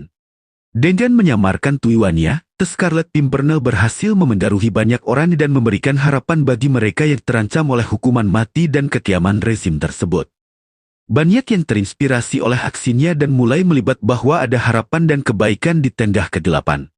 Dan terorlah berhasil membentuk opini publik dan mengubah pandangan banyak orang tentang revolusi Prancis dan kekiaman yang terjadi pada masa itu. Kisah The Scarlet Pimpernel mengajarkan kita tentang pentingnya menyamarkan tujuan kita dalam mencapai pengaruh yang positif. Seringkali, jika kita terlalu terbuka tentang tujuan kita dapat menghadapi tantangan dan hambatan dari mereka yang tidak setuju atau ingin menggalangi usaha kita. Dengan menyamarkan tujuan kita dengan bijaksana, kita dapat menjalankan misi kita dengan lebih efektif dan memengaruhi orang lain tanpa mengkolok. Namun, perlu diingat bahwa menyamarkan tujuan tidak sama dengan menyembunyikan niat yang jahat atau manipulatif. The Scarlet Pimpernel bertindak dengan moralitas yang tinggi dan melakukan tindakan penyelamatan untuk menyelamatkan nyawa orang lain. Oleh karena itu, dalam memengaruhi orang lain, kita harus selalu bertindak dengan integritas dan kebaikan hati. Pesan dari kisah The Scarlet Pimpernel adalah bahwa kadang-kadang keberhasilan dalam memengaruhi orang lain dapat dicapai dengan menyamarkan tujuan kita dengan bijaksana dan bertindak dengan hati yang tulus. Dalam menghadapi tantangan dan kesulitan, kita dapat belajar dari sosok The Scarlet Pimpernel bahwa ketekunan, kecerdasan, dan moralitas yang tinggi adalah kunci untuk mencapai pengaruh yang positif dan memberikan dampak besar dalam kehidupan orang lain serta masyarakat. Kisah The Scarlet Pimpernel mengajarkan kita tentang pentingnya menyamarkan tujuan sebagai strategi untuk menjadi pribadi yang berpengaruh. Dalam kehidupan, terkadang kita dihadapkan pada situasi di mana keberhasilan dalam mencapai tujuan kita tergantung pada kemampuan menyembunyikan niat kita dengan bijaksana. Berikut ini adalah panduan untuk dapat menyamarkan tujuan sebagai strategi untuk menjadi pribadi yang berpengaruh. Pahami alasan dibalik penyamaran sebelum menyamarkan tujuan. Pahami alasan dibalik tindakan tersebut. Apakah penyamaran itu diperlukan untuk melindungi diri atau untuk mencapai tujuan yang lebih besar? Memahami motivasi kita akan membantu kita menjaga konsistensi dan integritas dalam menjalankan strategi penyamaran. 2. Tetapkan tujuan yang jelas dan positif. Sebelum menyamarkan tujuan, pastikan tujuan yang diingin dicapai telah ditetapkan dengan jelas dan positif. Jangan menyamar hanya untuk mencapai kepentingan pribadi yang merugikan orang lain atau untuk tujuan yang tidak bermoral. Memiliki tujuan yang positif akan memastikan bahwa strategi penyamaran kita bertujuan untuk memberikan dampak yang baik bagi diri sendiri dan orang lain. 3. Pelajari seni komunikasi dan penyamaran. Menguasai seni komunikasi dan penyamaran adalah kunci untuk berhasil menyembunyikan niat kita. Belajarlah untuk berbicara dengan bijaksana, menjaga bahasa tubuh, dan menghindari ungkapan yang terlalu mencolok. Gunakan bahasa yang ambigu dan berbelit-belit sehingga orang lain sulit untuk mengetahui tujuan sebenarnya. 4. Gunakan sifat diplomatik dan empati. Sifat diplomatis dan empati akan membantu kita dalam menyamarkan tujuan dengan baik. Cobalah untuk memahami sudut pandang dan perasaan orang lain, sehingga kita dapat mengambil langkah yang tepat dalam berinteraksi dengan mereka. Dengan memiliki empati, kita juga akan lebih peka terhadap perasaan orang lain, sehingga penyamaran tujuan kita tidak menimbulkan rasa curiga atau ketidakpercayaan. 5. Cari rekan sekutu yang dipercaya. Menyamarkan tujuan tidak berarti kita harus menjalankannya sepenuhnya sendiri. Carilah rekan sekutu yang dapat dipercaya dan memiliki visi yang sejalan dengan tujuan kita. Kolaborasi dengan orang-orang yang dapat mendukung strategi penyamaran kita akan meningkatkan peluang keberhasilan. 6. Tetapkan batasan dan risiko. Sebagai strategi penyamaran, kita harus memahami batasan dan risiko yang terkait. Ketahui kapan harus berhenti dan berpikir tentang potensi konsekuensi yang mungkin timbul akibat penyamaran tujuan kita. Tetapkan batasan moral dan etika. dan Yan Gan melampaui batas tersebut demi mencapai tujuan. Jaga konsistensi dalam penyamaran. Ketika menyamarkan tujuan, konsistensi sangat penting. Yan berubah-ubah atau mengungkapkan niat sebenarnya secara tidak sengaja. Pastikan untuk selalu berpegang pada karakter dan cerita penyamaran yang telah ditentukan sebelumnya. 8. Evaluasi dan refleksikan setelah mencapai tujuan atau sebelum mengambil tindakan selanjutnya. Lakukan evaluasi dan refleksi atas strategi penyamaran yang telah kita lakukan. Apakah berhasil mencapai tujuan dengan baik? Apakah terdapat area yang dapat diperbaiki? Evaluasi ini akan membantu kita untuk terus tumbuh dan meningkatkan strategi penyamaran ke depannya. Dengan mengikuti panduan ini, kita dapat menyamarkan tujuan dengan bijaksana sebagai strategi untuk mencapai pengaruh yang lebih besar dalam kehidupan kita dan orang lain. Namun, perlu diingat bahwa menyamarkan tujuan harus selalu dilakukan dengan integritas dan moralitas yang tinggi. Gunakanlah strategi penyamaran ini sebagai alat untuk mencapai tujuan yang positif dan memberikan dampak yang baik bagi diri sendiri dan orang lain. Dengan memiliki pikiran yang terbuka dan tetap mengedepankan nilai-nilai etika, kita dapat menggunakan strategi menyamarkan tujuan untuk menciptakan pengaruh yang positif dan berdampak bagi orang lain. 30. Maksimalkan waktumu. Tidak ada kata terlambat atau terlalu cepat. Waktunya sudah sesuai saat yang telah ditentukan. Membaca album. Hindari sikap terburu-buru. Bertindak terburu-buru membuat kita kehilangan kendali diri, dan juga kendali akan waktu yang kita miliki. Cobalah untuk lebih sahar. Yakinlah bahwa segala sesuatu yang sudah ditetapkan akan terjadi juga pada akhirnya. Bersabarlah di hadapan waktu, amati dan tunggulah saat yang tepat. Belajarlah untuk mundur jika memandu waktunya mundur, dan belajarlah untuk segera bergerak ketika waktunya tiba. Orang yang terpandai dan berpengaruh tahu kapan waktu yang tepat untuk mundur dan bergerak maju. Mari simak kisah Joseph Fouché, seorang politisi terkenal pada era Revolusi Prancis. Ia memulai karirnya sebagai guru sekolah seminari Prancis yang tidak mencolok. Pria ini menjembara dari satu kota ke kota lain selama hampir satu dekade di tahun 1780-an, bertahan hidup dengan mengajar matematika kepada anak-anak. Fouché tidak pernah sepenuhnya berkomitmen dirinya kepada gereja, tidak pernah mengucapkan sumpahnya sebagai seorang pendeta. Ia memiliki rencana yang lebih besar dalam kepalanya. Dengan sabar, ia menunggu kesempatannya datang. Fouché dia menunggu di sudut negeri, tetapi ia tetap menyimak perkembangan politik Prancis. Ketika akhirnya revolusi Prancis meletus pada tahun 1789, Fouché tidak menunggu lebih lama lagi. Dia menanggalkan jubahnya, memanenkan rambutnya, dan menjadi seorang revolusioner. Ia mengikuti semangat zaman. Ketinggalan kapal pada saat kritis seperti saat itu bisa berarti bencana. Fouché tidak mau ketinggalan perahu. Ia pun berteman dengan tokoh revolusioner Robespierre. Dengan cepat, karir politiknya merangkak naik dan ia pun terlibat ke barisan pemberontak. Pada tahun 1792, kota Nantes memilih Fouché untuk menjadi wakilnya di konvensi nasional. Ketika Fouché tiba di Paris untuk mengisi posisinya sebagai wakil di konvensi, kekerasan dan perpecahan telah terjadi antara kaum moderat dan kaum Jacobin yang radikal. Fouché merasakan bahwa dalam jangka tidak ada pihak yang akan muncul sebagai pemenang. Kekuasaannya rendah berakhir di tangan mereka yang memulai revolusi, atau pada bahkan mereka yang melanjutkan revolusi. Kekuasaan melekat pada mereka yang dapat menggarahkan kemana revolusi itu beruyun. Itulah sisi yang Fouché inginkan. Kepekaannya terhadap waktu sangat luar biasa. Dia mulai dengan bergabung pada kaum moderat karena modern berada di pihak mayoritas. Fouché sangat pandai menilai waktu yang tepat. Ketika saatnya tiba untuk memutuskan untuk mendekonsekusi Louis V, ia melihat bahwa orang-orang berteriak-teriak menjinjingkan kepalanya. Maka ia memberikan suaranya menyatukan hukuman pancun. Dengan begitu, ia telah menjadi seorang radikal. Namun, ketika ketegangan memuncak di Paris, ia meramalkan bahwa akan berbahaya jika ia berada terlalu dekat. Dengan salah satu faksi pun menerima sebuah posisi sebagai pemimpin lokal di provinsi-provinsi pinggiran, tempat dirinya dapat bersembunyi untuk sementara waktu. Beberapa bulan kemudian dirinya ditugaskan ke jabatan prokonsul di Lyons, tempat dia ditugaskan untuk mengawasi eksekusi puluhan bangsawan. Pada saat tertentu, dia memutuskan untuk menghentikan pembunuhan ketika dia merasakan suasana negara tengah berubah. Dan meskipun di tangannya sudah berlumuran darah, Warga Lyons memujinya sebagai penyelamat dari masa-masa mengerikan dalam sejarah Perancis yang dikenal dengan kekuasaan teror. Joseph Fouché tahu persis kapan ia harus bertindak, kapan ia harus mundur dan menjilan, dan kapan harus menampilkan diri untuk meraih simpati publik. Ia tidak terburu-buru, tetapi memperhitungkan dengan hati-hati kapan waktu yang tepat untuk melakukan gerakan. Joseph Fouché pun berhasil selamat dari ancaman eksekusi sekaligus tetap bisa mengamankan posisi dan jabatannya, serta masih bisa tetap meraih simpati publik. Mengoptimalkan waktu dan memiliki pandangan yang cerdas terhadap momen yang tepat dapat menjadi kunci untuk mencapai pengaruh yang signifikan dalam kehidupan kita, seperti yang dapat kita lihat dari kisah Joseph Fouché di era revolusi Prancis.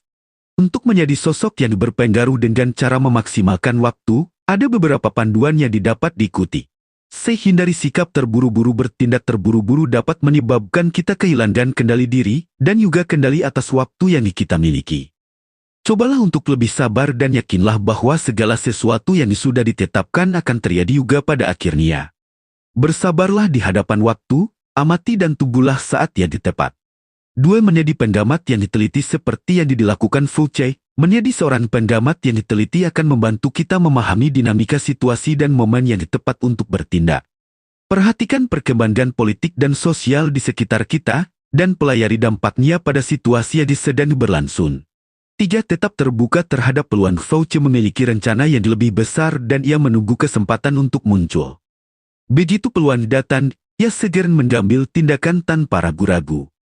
Oleh karena itu, tetap terbuka terhadap peluang yang mungkin muncul di sekitar kita dan jangan ragu untuk mengambil langkah maju ketika saatnya tiba. 4. Bersikap fleksibel dan adaptif dalam situasi yang berubah-ubah. Penting untuk bersikap fleksibel dan adaptif. Jika situasinya meminta kita untuk mundur dan menjalani untuk sementara waktu, maka bersedia untuk melakukannya. Namun, jika momennya tepat untuk bergerak maju, bersiaplah untuk bertindak dengan cepat dan tepat. 5. Menilai waktu dengan bijaksana. Sebagai sosok yang berpengaruh, penting untuk memiliki kepekaan terhadap waktu. Seperti yang dilakukan Fouché, belajarlah menilai waktu dengan bijaksana. Ketika saatnya tiba untuk mengambil keputusan besar, renungkan dengan hati-hati dan pertimbangkan konsekuensi dari tindakan tersebut. 6. Perhatikan respons dan reaksi setelah kita bertindak. Perhatikanlah bagaimana orang lain merespons dan bereaksi terhadap tindakan kita. Ini akan memberi kita wawasan tentang efektivitas strategi kita dan apakah perlu melakukan penyesuaian. 7. Jangan takut untuk berubah arah seperti Fouché yang memutuskan untuk berpindah posisi ketika situasi di Paris tidak menguntungkan. Jangan takut untuk berubah arah jika diperlukan. Kadang-kadang mengambil langkah mundur atau berpindah ke arah lain adalah pilihan yang lebih bijaksana daripada bertahan dalam situasi yang tidak menguntungkan. 8. Memiliki visi yang kapan yang di saat memanfaatkan waktu. Jangan hanya berfokus pada hasil yang pendek. Pertimbangkan bagaimana tindakan kita saat ini akan memengaruhi masa depan yang kapan. Memiliki visi yang kapan akan membantu kita membuat keputusan yang lebih bijaksana dan berkelanjutan. Dengan mengikuti panduan di atas, kita dapat mengambil langkah yang bijaksana dan memaksimalkan waktu dengan baik untuk mencapai pengaruh yang positif dan berpengaruh dalam kehidupan kita dan orang lain. Ingatlah untuk tetap jujur dan etis dalam setiap tindakan, karena integritas adalah halaman yang tak ternilai dalam membangun kepercayaan dan penghargaan orang lain. Dengan demikian, kita dapat menjadi pribadi yang berpengaruh dan menciptakan perubahan positif di sekitar kita. 31. Beradaptasilah dengan baik. Jika Anda menolak untuk beradaptasi, Anda berisiko tertinggal dan kehilangan peluang. John Wooden. Di zaman klasik Jepang, terdapat seorang tokoh inspiratif bernama Murasaki Shikibu, seorang penulis dan penyair yang dikenal sebagai penggarap karya sastra klasik Jepang Tale of Genie. Kisahnya mengajarkan kita tentang pentingnya beradaptasi dengan baik dalam menghadapi perubahan dan tantangan dalam hidup, serta bagaimana sikap tersebut dapat memengaruhi orang di sekitarnya. Murasaki Shikibu hidup pada abad ke-11 di Jepang Heian. Sebagai seorang wanita yang cerdas dan berpendidikan tinggi, Murasaki Shikibu hidup dalam lingkungan istana yang dikaya dan penuh intrik politik. Namun, kehidupannya berubah drastis ketika ayahnya meninggal dunia, dan dia menjadi seorang janda muda. Awalnya, Murasaki Shikibu merasa kewalahan oleh perubahan tersebut. Dia harus beradaptasi dengan kehilangan orang yang dicintai dan memulai hidup baru sebagai seorang janda. Namun, Bukannya menyerah pada kesedihan dan kebiugundannya, Murasaki Shikibu memutuskan untuk menghadapi tantangan dengan sikap yang kuat dan bijaksana. Salah satu caranya beradaptasi adalah dengan fokus pada kegiatan menulis. Murasaki Shikibu menanamkan penjiburan dan ketenangan dalam mengekspresikan perasaannya melalui tulisan-tulisannya. Dia mulai menulis sebuah karya sastra epik, The Tale of Genii, yang menjadi salah satu karya sastra paling terkenal dalam sejarah Jepang. Melalui tulisan-tulisannya, Murasaki Shikibu tidak hanya mengekspresikan perasaannya, tetapi juga menyampaikan pesan-pesan tentang kehidupan, cinta, dan kebijaksanaan. Karya sastranya menjadi sumber inspirasi dan pengaruh bagi banyak orang di istana dan masyarakat pada waktu itu. Tidak hanya itu, sikap adaptasi yang baik juga tercermin dalam interaksi sosialnya. Meskipun harus menghadapi banyak aturan dan batasan sosial sebagai seorang wanita di istana, Murasaki Shikibu mampu beradaptasi dengan baik dalam pergaulan dan hubungannya dengan orang lain. Keterampilan sosialnya yang baik dan kepribadiannya yang bijaksana membuatnya dihormati dan diakui oleh banyak orang di sekitarnya. Melalui karya dan sikapnya yang bijaksana, Murasaki Shikibu berhasil memengaruhi orang di istana dan masyarakat. Jepang pada zamannya, karya sastranya menjadi sumber inspirasi dan pelajaran tentang kehidupan, cinta, dan etika. Sikap adaptasi yang baik yang ditunjukkannya juga menjadi contoh bagi orang lain untuk menghadapi perubahan dan tantangan dalam hidup dengan bijaksana dan tenang. Kisah inspiratif Murasaki Shikibu mengajarkan kita bahwa beradaptasi dengan baik adalah kunci untuk memengaruhi orang di sekitar kita. Dalam menghadapi perubahan dan tantangan dalam hidup, sikap yang bijaksana dan terbuka akan membantu kita menjalani hidup dengan lebih baik. Seperti Murasaki Shikibu, mari kita pelajari dari pengalaman hidup kita dan terus berkembang sebagai pribadi yang bijaksana dan berpengaruh bagi orang lain. Beradaptasi dengan baik adalah keterampilan yang sangat berharga dalam menghadapi perubahan dan tantangan dalam hidup. Seperti yang diilustrasikan dalam kisah inspiratif Murasaki Shikibu, seorang tokoh terkenal pada abad klasik, kemampuan untuk beradaptasi dengan baik dapat memengaruhi diri kita sendiri dan orang di sekitar kita. Berikut adalah panduan praktis untuk membantu kita mengembangkan keterampilan beradaptasi yang baik. Terimalah perubahan sebagai bagian hidup. Langkah pertama untuk beradaptasi dengan baik adalah menerima bahwa perubahan adalah bagian alami dari hidup. Tidak ada yang abadi, dan perubahan akan terjadi, baik itu dalam kehidupan pribadi, pekerjaan, atau hubungan sosial. Jangan menolak perubahan atau menganggapnya sebagai ancaman, tetapi hadapilah dengan pikiran yang terbuka dan sikap positif. Kenali emosi kita saat menghadapi perubahan. Mungkin kita akan merasakan berbagai emosi, seperti ketakutan, cemas, atau kebingungan. Kenali dan akui emosi kita dengan jujur. Jangan menekan perasaan tersebut, tetapi carilah cara untuk mengelolanya dengan sehat. Berbicaralah dengan seseorang yang dipercaya atau tuliskan perasaan kita dalam jurnal. Jangan terlalu kaku pada rencana. Meskipun memiliki rencana adalah halaman yang baik, terkadang perubahan bisa membuat rencana menjadi tidak berlaku lagi. Jadilah fleksibel dalam merespons perubahan dan bersedia menyesuaikan rencana jika diperlukan. Sikap fleksibilitas akan membantu kita lebih mudah beradaptasi dengan perubahan yang terjadi. 4. Fokus pada halaman-halaman yang dapat kita kontrol. Tidak semua perubahan dapat kita kendalikan, tetapi kita dapat mengendalikan cara kita meresponsnya. Fokuslah pada halaman-halaman yang dapat kita kontrol, seperti sikap, tindakan, dan pandangan hidup. Dengan fokus pada halaman-halaman tersebut, kita akan merasa lebih bertenaga dan lebih siap untuk menghadapi perubahan. 5. Cari peluang di dalam tantangan dan perubahan seringkali datang bersama dengan peluang baru. Cobalah untuk melihat sisi positif dari perubahan dan mencari peluang baru yang mungkin terbuka untuk kita. Jika kita kehilangan pekerjaan, misalnya, ini bisa menjadi kesempatan untuk mencari pekerjaan yang lebih sesuai dengan minat dan keterampilan kita. 6. Belajar dari pengalaman seperti yang dilakukan oleh Murasaki Shikibu. Belajarlah dari pengalaman hidup kita.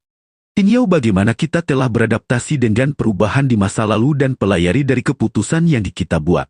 Pengalaman merupakan guru terbaik, dan belajar dari masa lalu akan membantu kita lebih bijaksana dalam menghadapi perubahan di masa depan. 7. Tetapkan tujuan dan jaga motivasi dalam menghadapi perubahan. Tetapkan tujuan yang jelas dan jaga motivasi untuk mencapainya. Tujuan akan memberikan kita arah dan tujuan hidup, dan motivasi akan membantu kita tetap bersemangat dalam menghadapi perubahan. 8. Yagan takut untuk mencari dukungan. Jika kita merasa kesulitan menghadapi perubahan, Yagan ragu untuk mencari dukungan dari orang-orang terdekat atau profesional yang berkualitas. Berbicaralah dengan teman, keluarga, atau seorang konselor jika perlu. Mendapatkan dukungan dapat membantu kita merasa didengar dan didukung dalam menghadapi perubahan. 9. Bersiap untuk perubahan selanjutnya. Beradaptasi dengan baik tidak hanya berarti menghadapi perubahan satu kali, tetapi juga bersiap untuk perubahan selanjutnya. Perubahan adalah bagian dari proses hidup dan dengan mengembangkan keterampilan beradaptasi yang baik, kita akan siap menghadapinya dengan lebih percaya diri di masa depan. Dalam menghadapi perubahan dan tantangan, sikap yang bijaksana dan beradaptasi dengan baik akan memengaruhi cara kita menjalani hidup. Seperti yang diilustrasikan oleh Murasaki Shikibu, beradaptasi dengan baik membantu kita menghadapi perubahan dengan tenang dan meraih peluang baru yang mungkin terbuka. Dengan panduan ini, kita dapat mengembangkan kemampuan beradaptasi yang kuat dan memengaruhi diri kita sendiri dan orang di sekitar kita dengan cara yang positif. 32. Bertindaklah, jangan hanya berbicara. Dilakukan dengan baik lebih bagus daripada diucapkan dengan baik. Benjamin Franklin.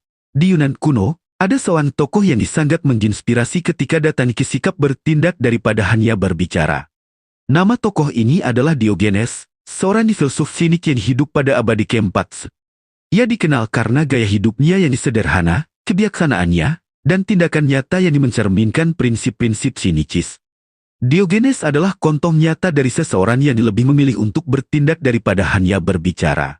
Ia tidak hanya mengajarkan filosofi dan kebenaran, tetapi juga menghidupi filosofinya dalam tindakan sehari-harinya. Kisahnya yang paling terkenal adalah ketika ia mengunjungi Athena, kota terbesar di Yunani, yang di saat itu merupakan pusat kebudayaan dan intelektual. Diogenes tiba di Athena dengan membawa sedikit harta benda dan mengenakan pakaian yang sangat sederhana. Ia memilih untuk hidup di jalanan dan tidur di ton besar di bawah sinar matahari terik. Ketika ditanya mengapa ia hidup seperti itu, Diogenes dengan tegas menjawab, "Aku hanya mengikuti kebenaran." Tidak seperti kebanyakan filsuf pada zamannya yang menghabiskan banyak waktu untuk berbicara dan berdebat tentang kebenaran, Diogenes mengambil pendekatan yang berbeda. Tak percaya bahwa tindakan adalah cara yang lebih efektif untuk menggambarkan filosofi hidupnya. Setiap hari, ia berjalan-jalan di jalanan kota dan berbicara dengan orang-orang biasa, bukan hanya dengan para filsuf dan intelektual. Diogenes juga terkenal dengan ketegasannya dalam menunjukkan ketidaklogisan dan ketidakjujuran orang-orang terkemuka. Suatu kali, ia menghadiri pertemuan di mana banyak orang pintar dan terpelayar berkumpul. Di tengah pertemuan, Diogenes membawa sebuah ayam dan berkata, "Inilah manusia." Dia bermaksud untuk menunjukkan bahwa manusia sering berperilaku seperti hewan, dipenuhi oleh nafsu dan keinginan duniawi. Tindakan-tindakan Diogenes ini tidak hanya membuat orang-orang terdiam, tetapi juga memengaruhi mereka secara mendalam. Banyak orang terinspirasi oleh gaya hidupnya yang sederhana dan tegas, dan mulai mengikuti filosofi sinicis. Banyak yang berubah dari sekadar mendengar kata-kata menjadi benar-benar bertindak dalam hidup mereka dengan penuh integritas dan kesederhanaan. Kisah Diogenes mengajarkan kita pentingnya bertindak dalam hidup kita daripada hanya berbicara. Kata-kata mungkin dapat menyampaikan ide-ide dan pandangan, tetapi tindakan nyata yang konsisten dengan prinsip-prinsip kita adalah yang benar-benar akan memengaruhi orang lain. Oleh karena itu, jika kita ingin menjadi berpengaruh dan menginspirasi orang lain, kita harus mengikuti Diogenes dengan mengambil tindakan yang mencerminkan nilai-nilai dan filosofi kita, tanpa hanya berbicara kosong. Kisah Diogenes, seorang filsuf sinik dari Yunani klasik, mengajarkan kita tentang pentingnya bertindak daripada hanya berbicara ketika ingin memengaruhi orang lain.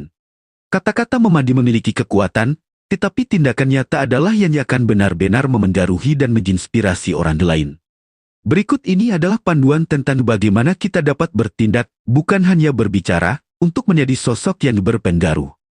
Temukan kebenaran dalam tindakan seperti yang Diogenes katakan, "Aku hanya mengikuti kebenaran." Sebelum bertindak, pastikan bahwa tindakan kita sesuai dengan nilai-nilai dan prinsip yang benar-benar kita yakini. Jangan hanya bertindak untuk kesan atau popularitas semata. Cari inspirasi dalam kebenaran dan kejujuran, sehingga tindakan kita menjadi jelas dan konsisten. 2. Fokus pada tindakan positif. Tindakan yang memengaruhi orang lain secara positif adalah yang paling berarti. Cari peluang untuk membantu, mendukung, dan melayani orang lain. Misalnya, bantu temannya disedani kesulitan, sumbangkan waktu atau sumber daya untuk amal, atau berpartisipasi dalam kegiatan sukarela. Tindakan-tindakan positif ini akan memberikan dampak yang jauh lebih besar daripada sekadar berbicara. 3. Jadilah teladan. Bertindak nyata dan konsisten dengan nilai-nilai kita akan membuat kita menjadi teladan bagi orang lain. Saat orang melihat dedikasi dan integritas kita dalam tindakan, mereka akan terinspirasi untuk mengikuti kita. Jadi, perhatikan bagaimana kita bertindak dalam kehidupan sehari-hari dan pastikan itu mencerminkan apa yang kita ajarkan dan nilai yang kita yakini. 4. Jangan takut gagal. Tidak semua tindakan akan selalu berhasil, dan itu adalah bagian dari proses belajar dan tumbuh. Jangan takut gagal atau mengalami rintangan. Penting untuk tetap bertindak dengan tekad dan semangat, bahkan jika ada kemungkinan kegagalan. Rintangan dan kegagalan adalah kesempatan untuk belajar dan berkembang. 5. Lakukan tindakan yang konsisten. Konsistensi adalah kunci untuk menjadi sosok yang berpengaruh. Lakukan tindakan kita dengan konsisten dan tanpa pamrih. Jangan hanya bertindak ketika ada orang yang melihat atau ketika kita berharap mendapatkan imbalan. Konsistensi akan memperkuat integritas kita dan meningkatkan dampak positif yang kita berikan. 6. Jadilah pendengar yang baik. Bertindak juga berarti mendengarkan orang lain dengan baik. Jadilah pendengar yang aktif dan empatik. Ketika kita benar-benar mendengarkan orang lain, kita dapat lebih memahami kebutuhan, harapan, dan tantangan mereka. Ini akan memungkinkan kita untuk memberikan dukungan dan bantuan yang sesuai. 7. Jangan terlibat dalam perdebatan hampa. Terlalu banyak berbicara tanpa tindakan nyata hanya akan menghasilkan perdebatan hampa. Alih-alih menghabiskan waktu dalam argumen tanpa akhir, lebih baik fokus untuk bertindak dan membuktikan nilai-nilai kita melalui tindakan nyata. Itu akan mengesankan orang lebih dari sekadar kata-kata. Ingatlah, untuk menjadi sosok berpengaruh, tindakanlah yang membedakan kita. Berbicaralah dengan bijaksana, tetapi selalu dukuni kata-kata dengan tindakan nyata. Dalam dunia yang seringkali didominasi oleh retorika dan omong kosong, orang yang bertindak nyata akan menonjol dan memberikan inspirasi sejati bagi orang lain. 33. Ubah kelemahan menjadi kekuatan dan takut pada kelemahanmu, karena mereka akan menjadi kekuatanmu jika kamu memiliki tekad untuk mengubahnya. Muhammad Ali. Pada zaman Yunani kuno, hiduplah seorang pemuda bernama Achilles, yang merupakan pahlawan yang terkenal dalam mitologi Yunani. Dia adalah anak dari Thetis, dewi laut, dan Peleus, seorang geraya manusia. Namun, Achilles memiliki kelemahannya di menggantui hidupnya. Ketika Achilles masih bayi, ibunya mengetahui dari tamalan bahwa anaknya akan mati muda jika berperang di medan pertempuran. Untuk melindungi putranya, Thetis mencelupkan Achilles ke dalam sungai Styx yang magis, yang membuatnya kebal terhadap senjata dan luka, kecuali satu titik di tumitnya tempat ibunya memegangnya. Oleh karena itu, titik lemah inilah yang kemudian menjadi dikenal sebagai Achilles heel. Achilles tumbuh menjadi seorang pria perkasa dan menjadi pahlawan Yunani yang tak terkalahkan. Namun, meskipun memiliki kekuatan fisik yang luar biasa, ia juga memiliki kepribadian yang impulsif dan sombong. Sifat-sifat ini seringkali membuatnya menimbulkan masalah dan perselisihan dengan sesama pahlawan dan dewa-dewa. Suatu hari, dalam peperangan besar melawan Troya, Achilles menunjukkan keangkuhannya dan mendapatkan nasihat dari rekan-rekan dan bahkan dewa-dewa. Dia memutuskan untuk berperang tanpa memakai perisai atau senjata pelindung lainnya. Keangkuhannya itu menjadi kesempatan bagi musuhnya, Paris, untuk melepaskan anak panah yang mengenai titik lemah Achilles di tumitnya. Pahlawan yang tak terkalahkan itu terjatuh, dan nyawanya melayang karena luka fatal di Achilles heel. Meskipun akhirnya meninggal di medan perang, keberanian dan kehebatan Achilles tetap dikenang hingga kini. Kisahnya mengajarkan kita sebuah pelajaran inspiratif tentang mengubah kelemahan menjadi kekuatan. Dalam hidup, setiap orang memiliki kelemahan dan ketidaksempurnaan. Namun, tidak ada kelemahan yang tidak dapat diatasi atau diubah menjadi kekuatan. Seperti halnya Achilles, yang memiliki kelemahan pada tumitnya, kita juga dapat belajar untuk mengenali dan mengatasi kelemahan kita. Langkah pertama adalah menerima kelemahan kita. Dengan rendah hati, jangan mencoba menyembunyikan atau mendabaikan kelemahan, tetapi hadapilah dengan jujur dan terbuka. Hanya dengan menerima kenyataan bahwa kita memiliki kelemahan, kita dapat mulai mengatasinya. Selanjutnya, coba cari cara untuk mengubah kelemahan menjadi kekuatan. Misalnya, jika kita merasa kurang percaya diri, kita bisa mencari kesempatan untuk belajar dan mengembangkan keterampilan kita. Jika kita cenderung mudah marah, kita bisa belajar untuk mengelola emosi dengan lebih baik dan mencari cara untuk berkomunikasi dengan lebih efektif. Achilles juga mengajarkan kita untuk tidak terlalu sombong atau angkuh dengan kelebihan yang kita miliki. Kekuatan tanpa rasa rendah hati dan bijaksana bisa menjadi bumerang bagi kita. Sebaliknya, jadilah sosok yang rendah hati, terbuka untuk belajar, dan siap menerima masukan dari orang lain. Kisah inspiratif Achilles mengingatkan kita bahwa hidup adalah tentang belajar, berkembang, dan menghadapi tantangan. Jangan biarkan kelemahan kita menghalangi kita dari mencapai potensi penuh kita. Sebaliknya, gunakanlah kelemahan sebagai peluang untuk tumbuh dan menjadi lebih baik. Dengan mengubah kelemahan menjadi kekuatan, kita akan menjadi sosok yang kuat, bijaksana, dan menginspirasi orang lain di sekitar kita. Kita dapat memengaruhi orang lain dengan keteladanan kita dan memberikan dampak positif dalam hidup mereka. Ingatlah, tak ada yang tak mungkin di dunia ini jika kita berani menghadapi dan mengubah kelemahan menjadi kekuatan. Setiap orang di dunia ini memiliki kelemahan dan ketidaksempurnaan. Namun, tidak ada yang mengatakan bahwa kelemahan harus menentukan nasib kita. Seperti yang diajarkan oleh kisah inspiratif Achilles, legenda basket dunia dari zaman Yunani klasik, kita dapat mengubah kelemahan menjadi kekuatan yang membangun diri kita dan memengaruhi orang di sekitar kita. Berikut adalah panduan inspiratif untuk membantu kita mengubah kelemahan menjadi kekuatan. Kenali dan terima kelemahan kita. Langkah pertama dalam mengubah kelemahan menjadi kekuatan adalah dengan mengenali dan menerima kelemahan kita dengan rendah hati. Jangan takut untuk menghadapi kenyataan bahwa kita memiliki kelemahan, karena halaman ini adalah langkah awal yang penting untuk perubahan positif. Terimalah bahwa kelemahan adalah bagian dari diri kita, dan bukannya sesuatu yang harus disembunyikan atau dipermalukan. 2. Jadilah rendah hati dan bersedia belajar. Seperti Achilles, yang memiliki keangkuhan yang mengakibatkan kehancuran, jadilah sosok yang rendah hati dan bersedia belajar dari pendalaman. Tidak ada manusia yang sempurna, dan selalu ada halaman-halaman baru yang didapat dipelajari. Buka pikiran dan hati kita untuk menerima masukan dari orang lain dan belajar dari kesalahan kita sendiri. 3. Identifikasi potensi dalam kelemahan. Setiap kelemahan memiliki potensi untuk berubah menjadi kekuatan. Identifikasi apa yang menyebabkan kelemahan kita, dan cobalah melihat bagaimana halaman itu dapat menjadi kekuatan. Misalnya, jika kita cenderung pemalu dan tidak percaya diri, kita mungkin memiliki kepekaan yang luar biasa terhadap perasaan orang lain dan kemampuan untuk mendengarkan dengan baik. Jadikan kepekaan ini sebagai kekuatan untuk membangun hubungan yang lebih baik dengan orang lain. 4. Fokus pada pengembangan diri. Mengubah kelemahan menjadi kekuatan memerlukan komitmen untuk pengembangan diri. Tetapkan tujuan untuk meningkatkan diri kita dalam area yang dianggap lemah. Misalnya, jika kita kurang berbakat dalam berbicara di depan umum, ambillah kursus atau ikuti kelompok diskusi untuk memperbaiki keterampilan komunikasi kita. 5. Tetaplah gigih dan pantang di menyerah. Seperti perjalanan Achilles menuju Troya yang penuh rintangan, mengubah kelemahan menjadi kekuatan juga memerlukan ketekunan.